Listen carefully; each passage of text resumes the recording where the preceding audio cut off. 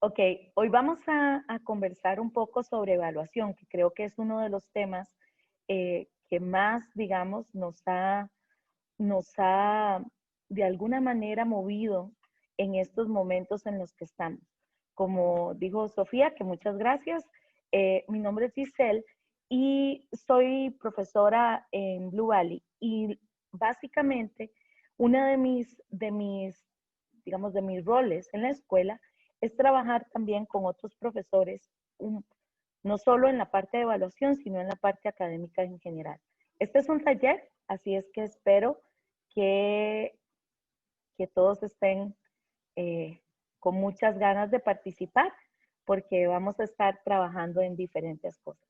Yo creo que la primera cosa que tenemos que hacer es pensar que que lo que tiene que ver con evaluación, es en realidad está ligado a la toma de decisiones. Y la toma de decisiones no es algo sencillo, porque especialmente en tiempos como estos, donde ha habido un cambio en las condiciones. Entonces, lo primero que me gustaría, digamos, trabajar con ustedes es cómo nos sentimos, cómo estamos con respecto a eso. Para eso, este es un código QR. Si usted tiene su celular, puede acercar la cámara al código y leerlo. Y si no, ya en un minuto le voy a poner en el chat eh, los, los links de esto. La idea es que vayamos a esto y que pongan ahí los números o los números con los que se identifican de cómo se sienten hoy, digamos, cómo se han sentido en este proceso. Esto es en realidad, es algo que hemos usado nosotros en las clases y entre nosotros, y le permite a uno tener una idea, digamos, como tomar un poquito el pulso de lo que está sucediendo. Entonces, ahí están los números, es nada más, hay tres posibilidades, si gustan pueden hacerlo 3 veces. En este caso, es lo que dentro del sistema se llama una nube de palabras, pero en este caso no estoy usando palabras, estoy usando números.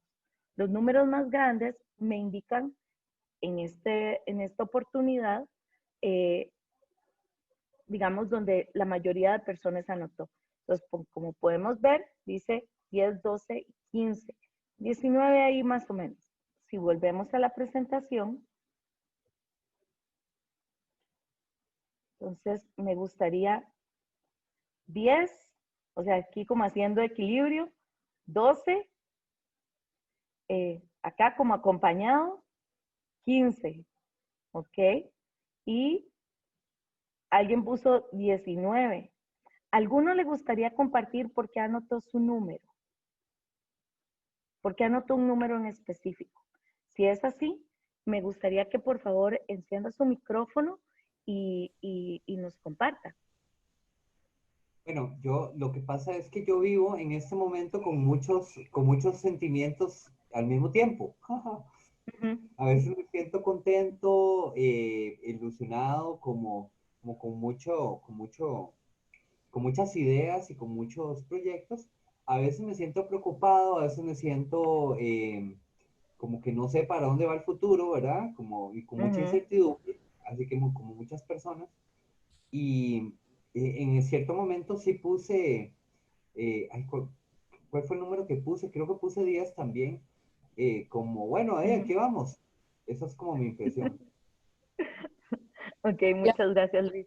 Yo quería nada más comentar que esta actividad, bueno, Gisela había hecho con nosotros en el colegio al principio de la pandemia y también nosotros lo hicimos con los estudiantes, pero lo que en mi aspecto personal me acuerdo que yo había puesto como un 5, que es el que está en el piso al principio, y ahora, digamos, ahora que veo la imagen, ya no me puse como el 5, ¿verdad? Que está tirado en el piso, sino que ahora tampoco estoy así como todavía en unos lugares altos, pero estoy en el 10, pero ya avancé, digo yo, o sea, yo bien, o sea, evaluando mi sentir, ¿verdad? Porque nos sirve para evaluar esa parte también.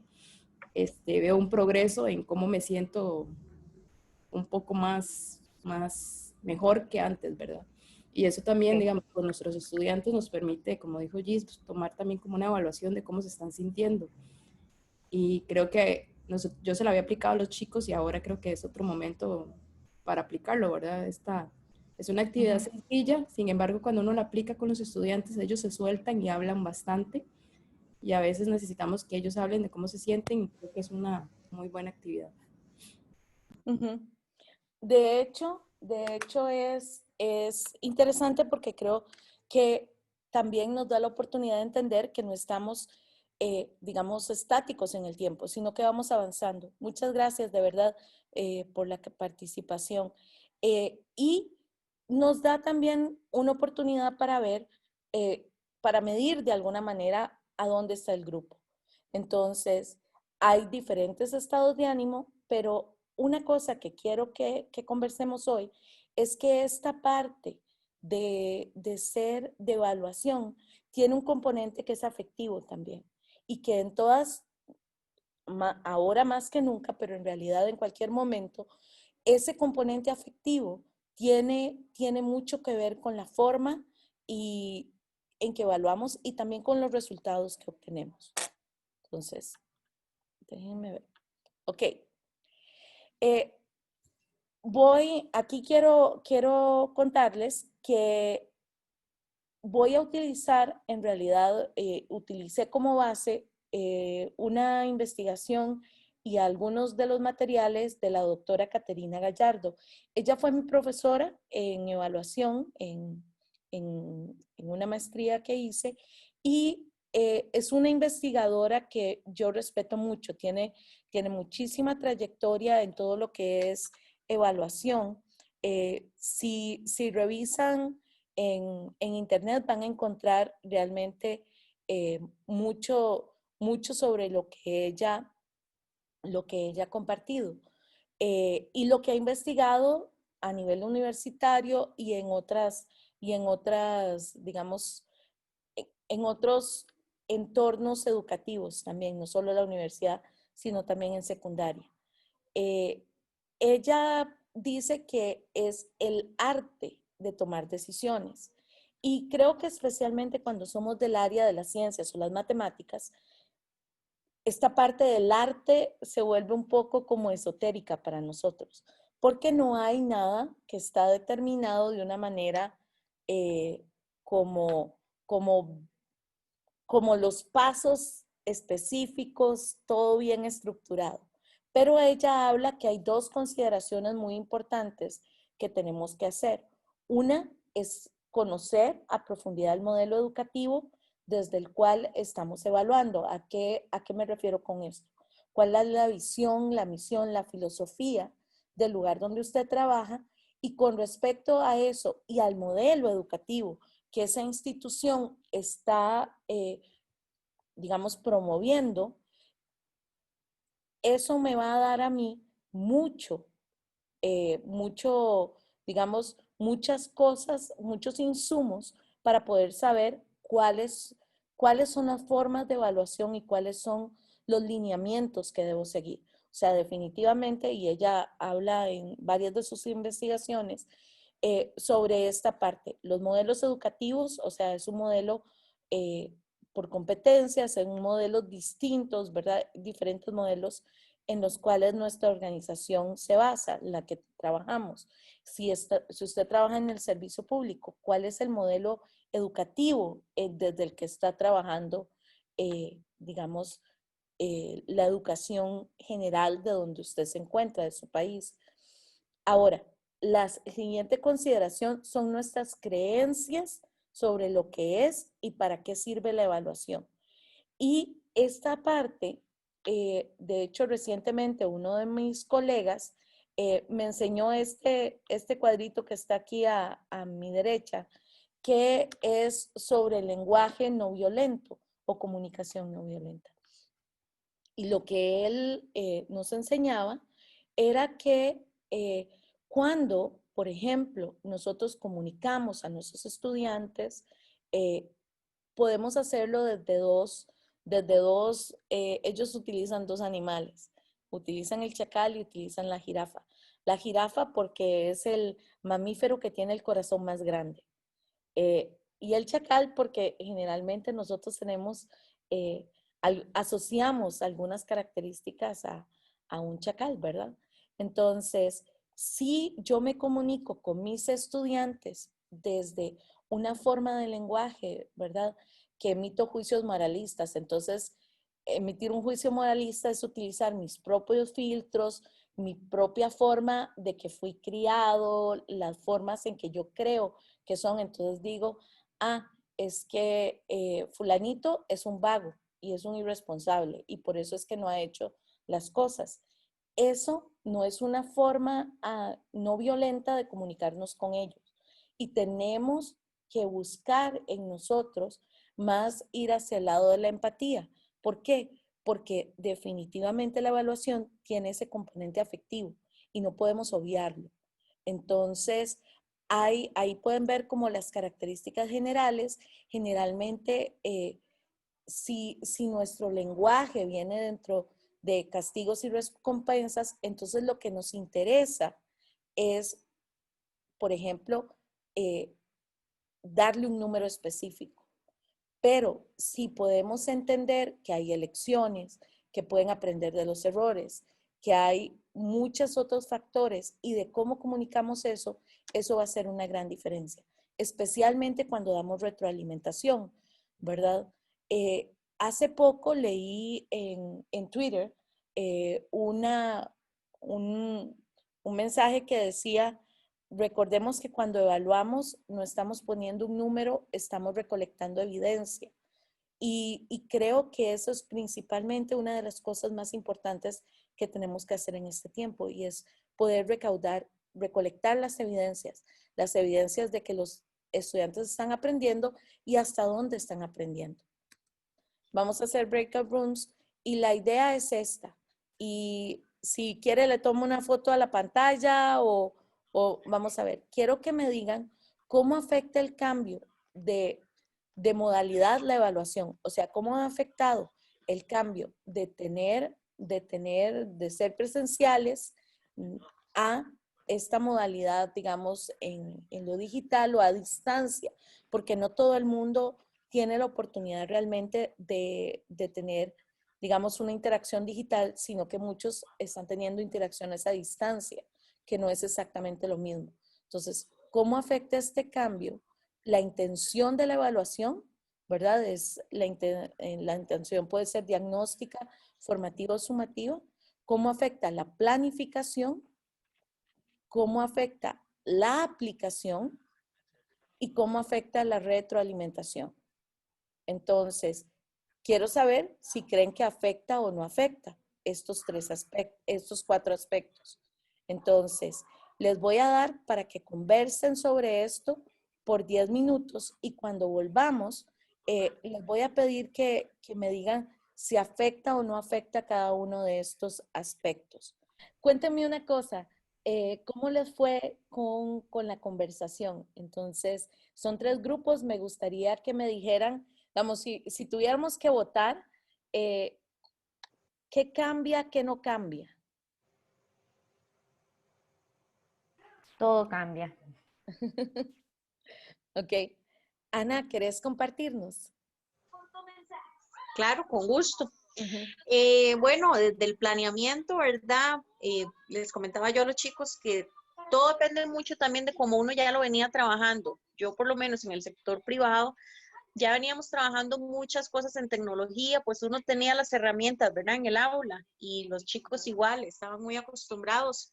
Sin embargo, sí, desde el punto del planeamiento ya cambia las herramientas, los recursos, muchas cosas que uno antes hacía, ¿verdad? Estas actividades de hands-on, que ahora tal vez no es el fuerte, ¿verdad? Pero tampoco las podemos dejar de lado.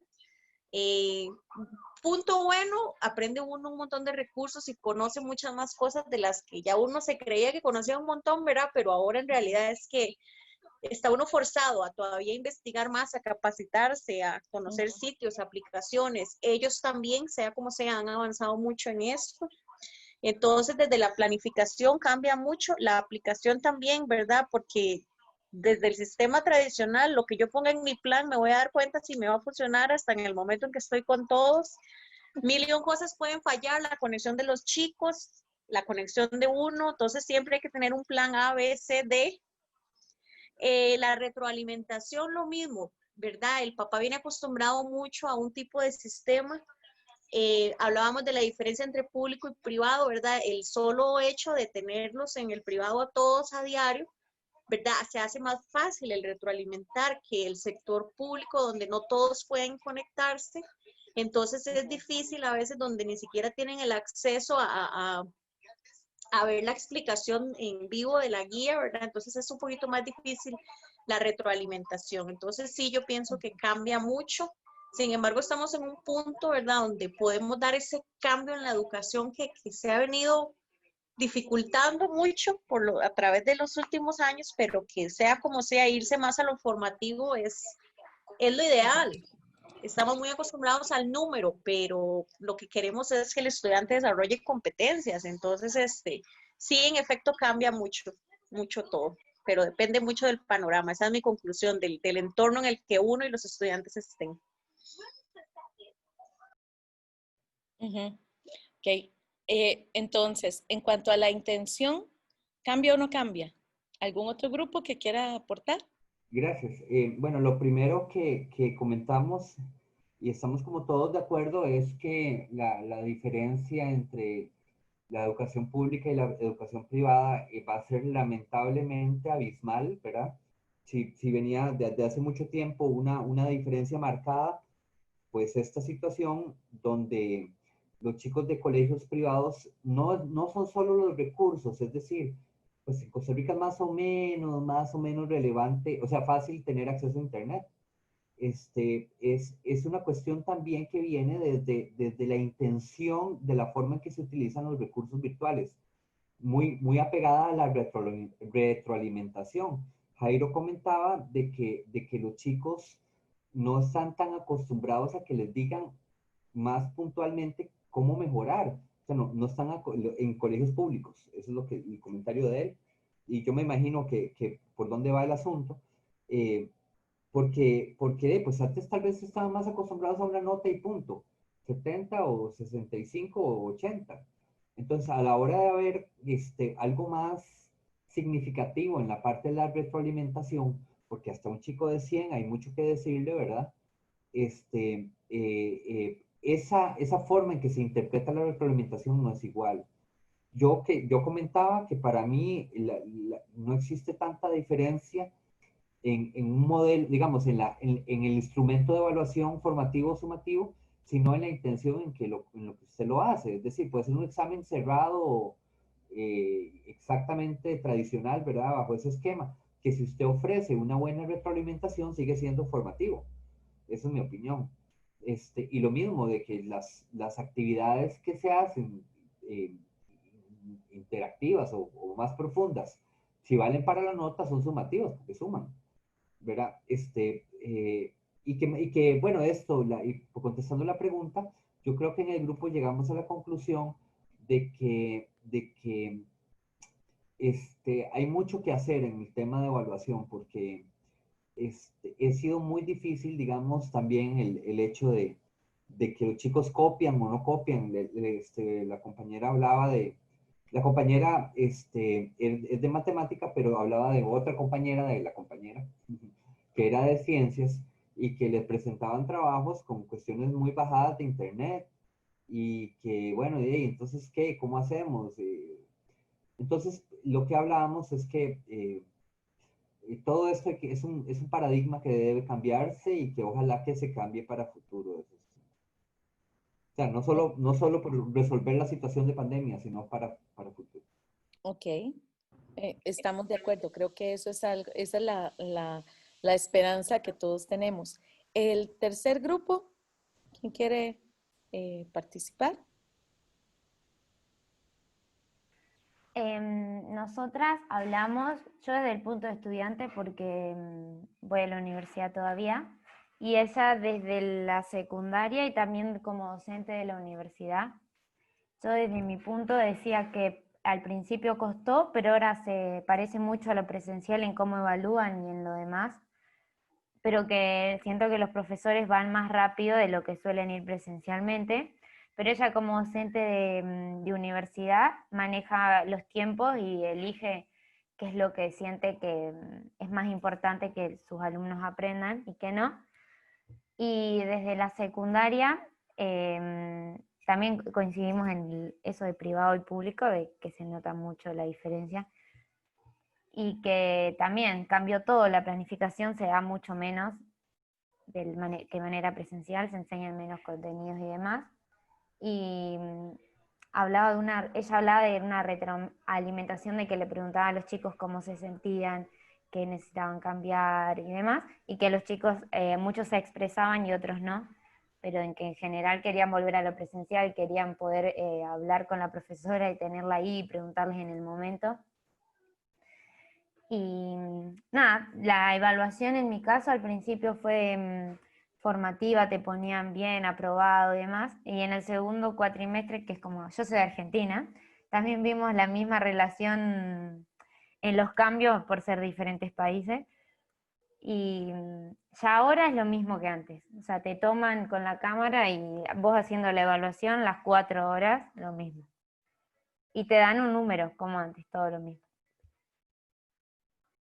Gis, ahí quería nada más con lo que decía Juliana, me parece interesante la perspectiva de un estudiante, porque la he escuchado con mis estudiantes. Ellos piensan que en línea vamos más rápido que presencial, y más bien hemos quitado contenidos, hemos dado importancia a cuáles son los más esenciales.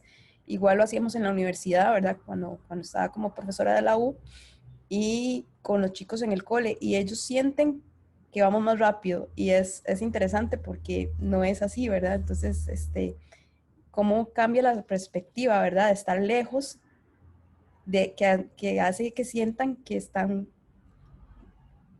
que estamos dándoles más bien, ¿verdad? Entonces, es interesante. Muchas gracias, Juliana, y muchas gracias, Adriana. En realidad, la investigación dice que, primero, la intención de la evaluación no cambia. O sea, hay una intención en cuando hacemos evaluación diagnóstica, cuando hacemos evaluación formativa y cuando hacemos evaluación sumativa. Ahora, definitivamente, la planificación sí. A todos nos ha tomado muchísimo más tiempo esto, y hay un proceso distinto de planificación de la evaluación, porque cambió el medio, pero además porque yo creo que nos ha movido también a autoevaluar nuestra forma de enseñar y nuestra forma de poner evidencias de ese proceso de aprendizaje, ¿verdad? Que tiene que ir uno con lo otro. La aplicación, definitivamente, la forma en que aplicamos las pruebas ha cambiado, ya no, y no es, la diferencia no es que antes eran con un papel y un lápiz, un lapicero, sino que, y ahora es digital.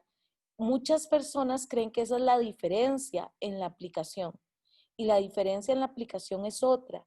La diferencia en la aplicación tiene que ver con el hecho de que, como lo mencionaba Luis antes, de alguna forma, este medio ya no nos permite, por ejemplo, en la evaluación sumativa, tener el control de cómo lo están haciendo, dónde lo están haciendo. Inclusive, la gente o las organizaciones que deciden una ruta mucho más de vigilancia y de este tipo, no se pueden asegurar al 100% que digamos, lo que el estudiante está presentando es su trabajo de alguna manera, o únicamente su trabajo. Entonces, la aplicación, una de las cosas que tiene que cambiar es cómo, digamos, les damos a ellos tareas que nos den una idea de cuál es la evidencia del aprendizaje que tuvieron,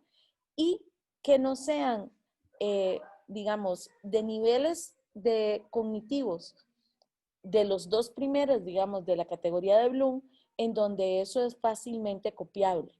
Habría que desarrollar estrategias distintas para hacer ese tipo de evaluación. Finalmente, la retroalimentación en sí no cambia. Lo que pasa es que usamos diferentes estrategias y vamos a hablar un poco más de eso. Perdón, quería hacer un comentario. Claro, Marcela. Eso que usted dice es muy cierto y digamos, hoy por hoy lo estoy viviendo yo como profesora de sexto, que tengo un estudiante que tiene su registro enorme donde dice todas las dificultades que ha tenido desde primer grado hasta quinto grado. Me llega a sexto, yo les pongo los trabajos y todo y son puros cienes. Entonces es ahí donde dice, qué torta, porque no se está evidenciando. Ya nosotros sabemos que los trabajos no son hechos porque uno ya sabe la dificultad que trae el niño, se le aplica diversas adecuaciones y todo, pero va a pasar a colegio, otra etapa, con un perfil de sexto que es un excelente estudiante, y no, el que es excelente estudiante es el papá, ¿verdad? Y la mamá que están detrás, pero que eso es preocupante, ¿verdad? Porque estamos engañando un perfil, o que nosotros digamos, el estudiante es así, esto no sabemos hasta cuándo va a seguir este medio de metodología de enseñanza, entonces va engañando. Entonces no solo es este tipo de estudiante, hay muchos estudiantes que van engañando el sistema, y qué pecado porque se van engañando a ellos mismos también. Entonces cuando llega el momento es ahí donde empieza el problema. Perfecto. Ahí. Ok, esto de hecho se lo tomé a la doctora Gallardo. Ella hace en una de las presentaciones que tiene, este es un cuadro de especificaciones. Yo creo que todos en la universidad, cuando llevamos evaluación, hablamos sobre digamos, ¿verdad? Las tablas de especificaciones o cuadros de balanceo. En este caso, no quiero entrar en el detalle del cuadro en sí. Este es uno de la universidad para la que ella trabaja, específicamente del 9º semestre de Ingeniería Mecánica. O sea, es universitario el ejemplo, ¿verdad? Pero lo que quería señalar acá es que, bueno, yo tengo que tener una gran claridad entre cuáles son mis evaluaciones formativas, y yo creo que eso muchas veces en estos digamos, sistemas educativos latinoamericanos no hemos tenido una gran formación en esta parte, en esta intencionalidad de la evaluación de manera formativa, en donde todo lo que hacemos de manera formativa tiene como objetivo darle la oportunidad al estudiante de mejorar, ¿verdad? Y esa evaluación formativa no tiene ligado así a él un número per se. Es una evaluación, se le puede dar, aunque la investigación dice que cuando usted le pone un número, lo que pasa es que los estudiantes realmente no observan la retroalimentación, sino que van directamente al número. Entonces perdemos una enorme oportunidad de darles retroalimentación que les permita mejorar en su proceso de aprendizaje, que en el fondo eso es lo que queremos lograr, ¿verdad? Entonces, aquí, como ven, hay una clara división y hay un claro planeamiento entre los elementos formativos de la evaluación en la unidad que estoy desarrollando y los elementos sumativos, ¿verdad?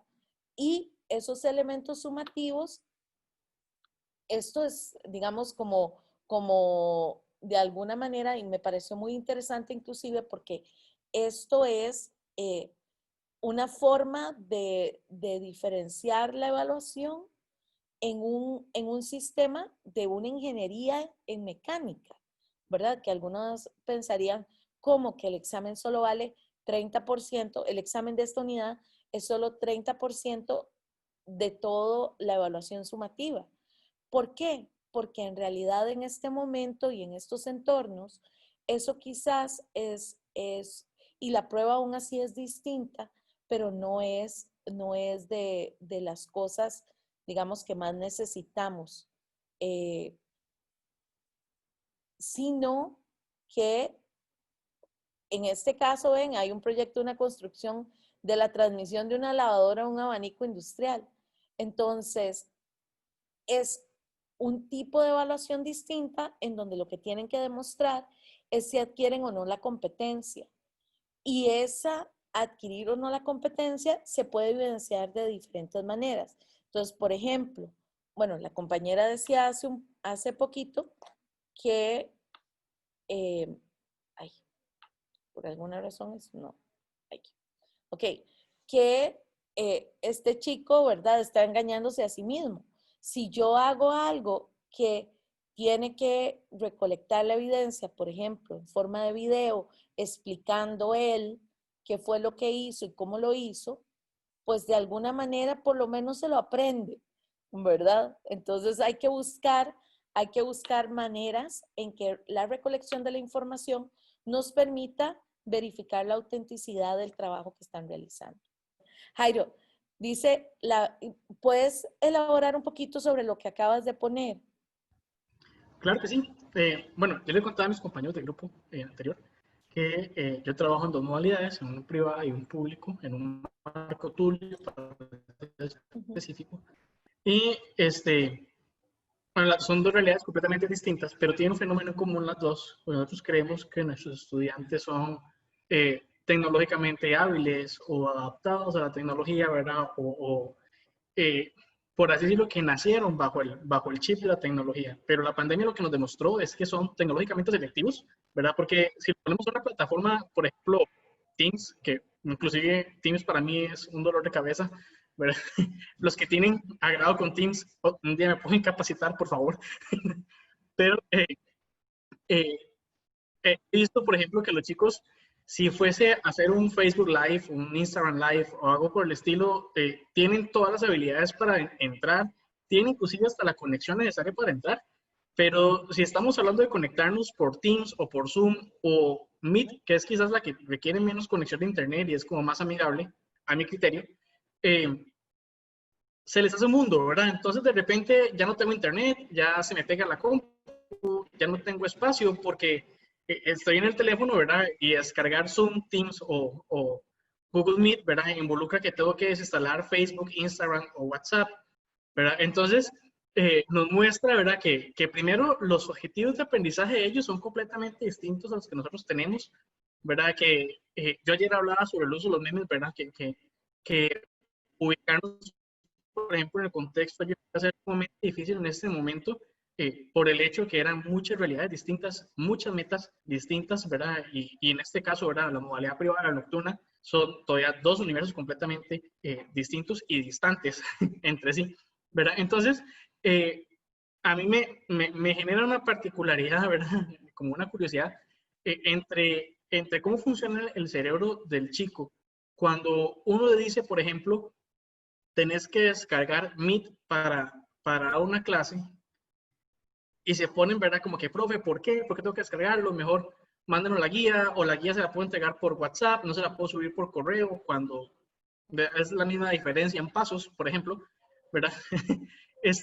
Pero si usted le dice, descarguemos Meet o hagamos un Netflix Party, ya es distinto, ¿verdad? Sin importar que lo que están viendo sea un documental, ¿verdad? Porque uno les dice que vamos a ver una película y termina siendo un documental, al inicio, ¿verdad? Su paradigma o su barrera mental se rompe por completo hasta que caen en cuenta que uno lo está evaluando y ya de repente se pierde la conexión. Ya empezó otra vez con algunos issues, ¿verdad? De conectividad y demás. Pero sí me hace mucha gracia eso, porque nos demostró que los estudiantes que creíamos que eran tecnológicamente hábiles, en realidad son selectivos en lo que quieren y no quieren hacer con la tecnología. Bueno, te voy a decir, yo soy tecnóloga educativa y una de las cosas que la investigación dice es que los que son nativos digitales, dice un amigo mío, dice, nacieron con el chip, sí, pero para algunas cosas, no es que necesariamente tienen una alfabetización digital que les permita utilizar este medio para poder aprender, que es distinto. O sea, y de hecho, ese es creo yo que ha sido uno de los retos más grandes como educadores, porque no es lo mismo ver un video de TikTok que ver un video para aprender. ¿verdad? Entonces, yo he utilizado diferentes herramientas y ahora las voy a compartir, en donde, por ejemplo, me he dado cuenta que para el nivel de comprensión más básico, que es nada más la memoria, muchos de mis estudiantes de 8º grado, por ejemplo, necesitaban ver un video que duraba 3 minutos hasta 7 veces para poder responder, digamos, preguntas sencillas que solo estaban evaluando la memoria de manera correcta. O sea, para poder llegar a contestar las preguntas de manera correcta, a algunos les tomaba hasta 7 veces ver el video de 3 minutos. Entonces, creo que una de las cosas y que hemos caído más como docentes es que de repente le doy un video de 3 minutos o de 5 minutos y digo, es que solo son 5 minutos. No son solo 5 minutos. Porque para ellos realmente comprender lo que está ahí, les puede tomar, digamos no 7, ¿verdad? Porque fue el que tomó más tiempo, pero digamos que la mayoría de mis estudiantes lo tenían que ver las cosas al menos 3 veces para llegar a un nivel de comprensión básico. Y si yo además quiero utilizar ese video para que la comprensión sea mucho de un nivel, digamos, cognitivo más alto, obviamente voy a necesitar otras herramientas de mediación que me permitan hacerlo. Y para que eso suceda, me va a tomar más tiempo de planificación y además voy a tener que estar mucho más atenta a cómo puedo recolectar esa evidencia de lo que realmente están haciendo y lo que están tardando, ¿verdad? Adriana. Nada más quería agregarle a lo de Jairo que yo tuve que aprender, o sea, me tuve que entender, yo tenía que enseñarles a ellos cómo usar las herramientas tecnológicas, hasta cómo escanear un documento, o sea, cosas que uno pensaba, pues esto es básico, a juntar un documento y enviarlo, o sea, subirlo nosotros usamos Classroom de Google, subirlo, ajá, o sea, increíble, o sea, cosas, yo digo increíble porque yo me imaginaba que eso era como automático, los chiquillos, lo mismo que Jairo, o sea, yo creí que eso era súper fácil, o por ejemplo ver un video, bueno, por ahí anda una alumna mía, mejor no hablo mucho, pero ver un video y esas cosas, yo creía, bueno, esto es algo como súper, pero no, ellos tienen otras destrezas electrónicas y las académicas hay que enseñárselas, o sea, porque no es tampoco, no siento que es como que no les interesa, porque tengo estudiantes muy interesados en tener muy buenas notas, es un colegio privado, entonces los chiquillos siempre quieren tener muy buenas notas, entonces en mi caso no es que no les interese, sino es que no sabían, ¿verdad? Entonces yo me tuve que dar cuenta de eso y empezar a enseñar cosas que yo considero basiquísimas de tecnología, pero que ellos no las manejaban. Perdón, ahí apoyando un poco lo que dice Jairo y Adriana, es ahí donde uno se pone a evaluar. Entonces, ¿qué estamos enseñando de tecnología? Si realmente estamos enseñando cosas que realmente se necesitan para, digamos, yo también trabajo con Classroom, entonces explicar a los chicos cómo insertar imágenes y ellos decían, no puedo, pero páselo primero al ordenador y después lo pega, o cuestiones como, ahora estoy haciendo un proyecto con Google Sites, entonces explicarles, hagan esto, hagan el otro, entonces uno, ya no, bueno, en mi caso yo ya no soy profesora de matemática, también soy profesora de tecnología, hasta luego termino siendo psicólogo por toda la situación que están viviendo, pero sí es como, a mí me pone a pensar eso. Entonces, en la tecnología que estamos dando en las instituciones, ¿realmente se están dando herramientas útiles para los chicos? Es ahí donde uno queda como con eso. Yo quiero hacer Y te voy a decir otra una cosa, Marcela. Perdón, te voy a decir otra cosa, Marcela. No es solo que la tecnología, no es solo que no entienden realmente cómo utilizar esto, sino que esto lo que ha hecho, como en todo, esta situación, la pandemia, ha visibilizado carencias que teníamos en todas las áreas.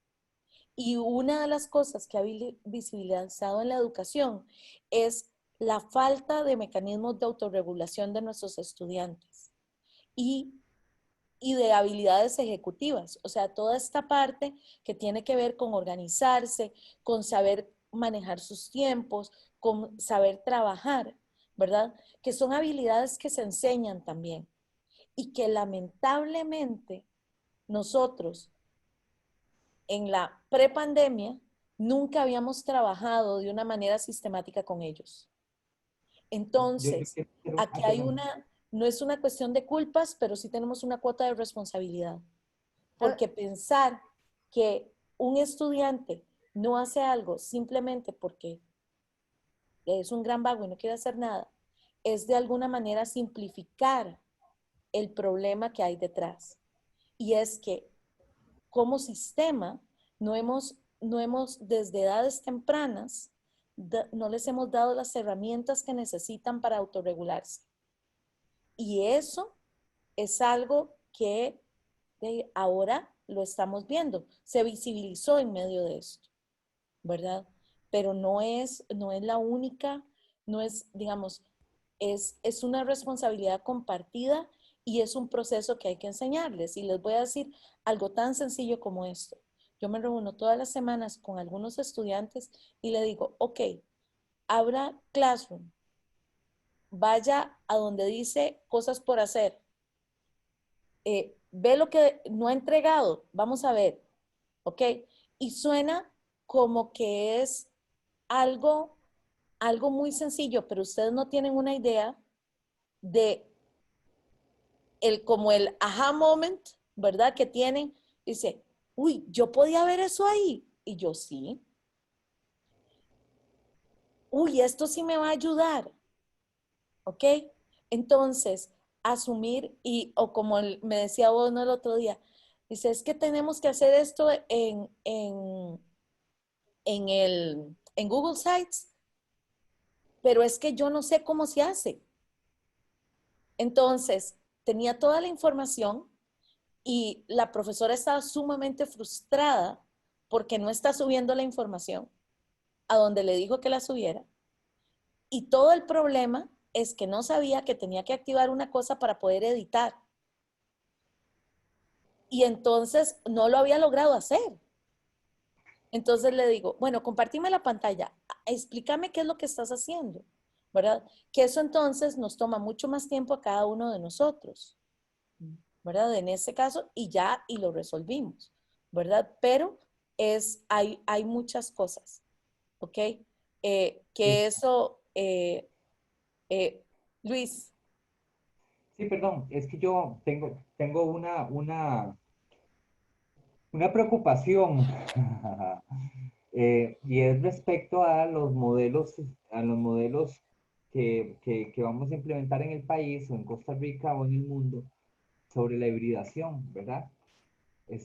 Me preocupa mucho porque siento que no deberíamos pensar de que estas habilidades tecnológicas o estas cosas bueno, pues todo lo mismo que hemos dicho, esta situación nos ha enseñado que los chicos no están preparados para esto, ¿verdad? Y la verdad es que es así como van a aprender, ¿verdad? En el futuro, o en el futuro, en el presente, o en el corto plazo.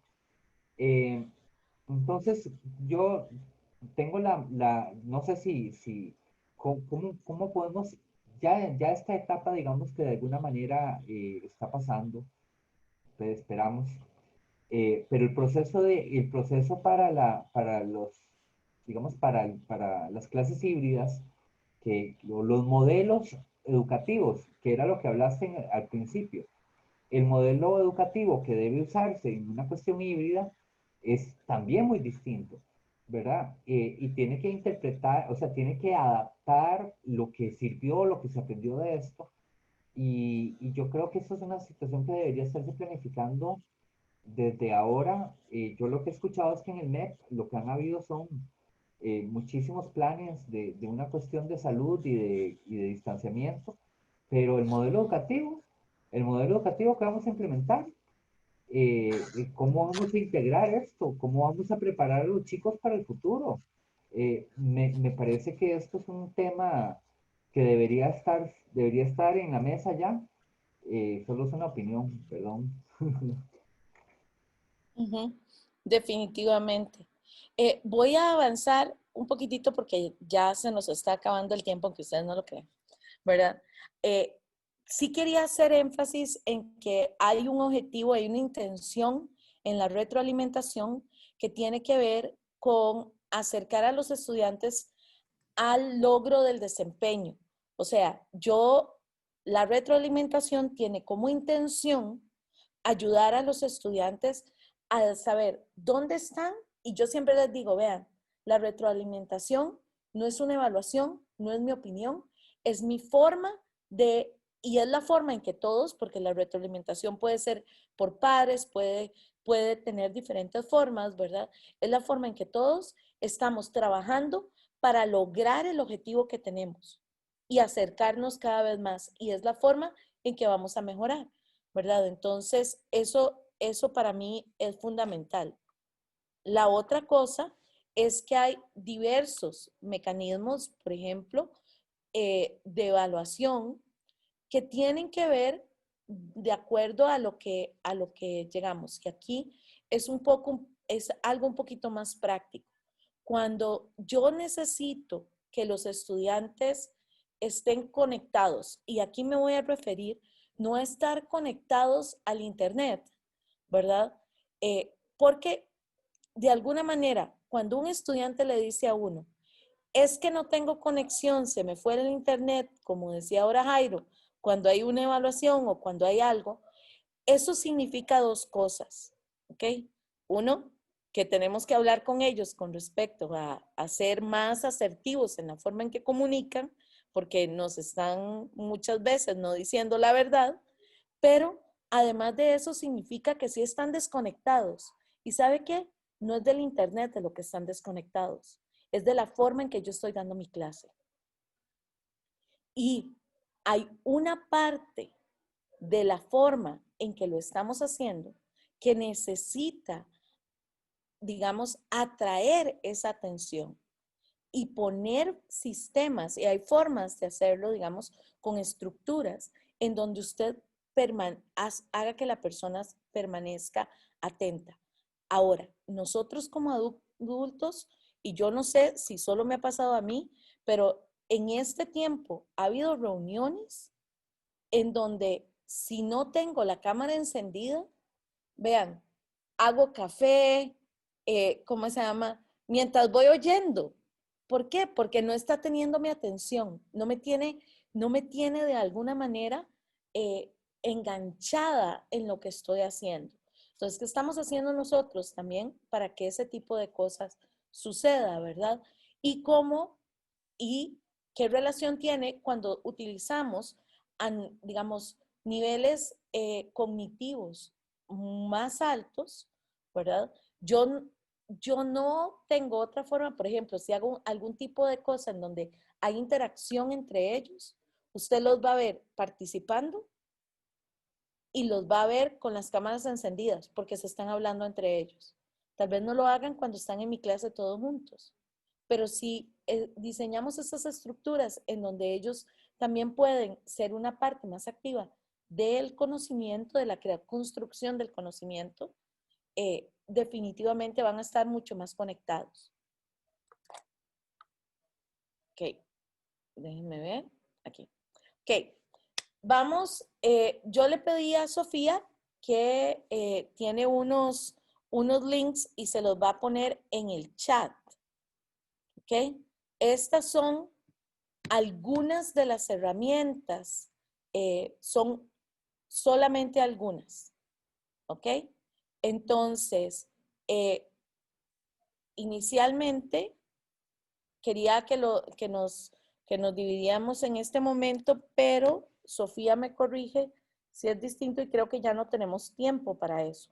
Sí me gustaría, si me anotan, ¿cuál de estas herramientas, digamos, no conocen? Ok, perdón.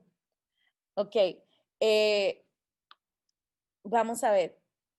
Gretel, solo Kahoot. Ok. Cada una de estas herramientas tiene diferentes funciones. La primera, Kahoot, es una herramienta de juegos, ¿verdad? Y creo que todos la conocen. La de quizzes es una herramienta que se puede utilizar como juegos digamos, y de hecho mi recomendación muchas veces es que lo puedan utilizar como retos en clase. Les hace mucha gracia porque tiene memes en medio de una pregunta y otra, y eso les hace una gracia terrible, y además ellos pueden ir viendo cómo van sus compañeros. Entonces es una buena forma de trabajar, digamos, evaluación formativa. GoFormative es una que muchos no conocen. GoFormative es una plataforma de evaluación que se puede utilizar para, digamos, formativo o sumativo en realidad, si usted lo desea así, pero tiene una particularidad, y es que le permite al profesor ir viendo en tiempo real lo que van haciendo los chicos cuando lo están completando. Entonces, eso le da a uno como un mayor manejo para darse cuenta si digamos, qué tan bien están haciendo las cosas. Esta semana, de hecho, me llegó de GoFormative una serie enorme de recursos para matemáticas. Están en inglés, es lo único, pero tiene gráficas, tiene todo, y generalmente eso es lo que cuesta más o lo que uno dura más en hacer. Menti, creo que todos la conocen, ¿verdad?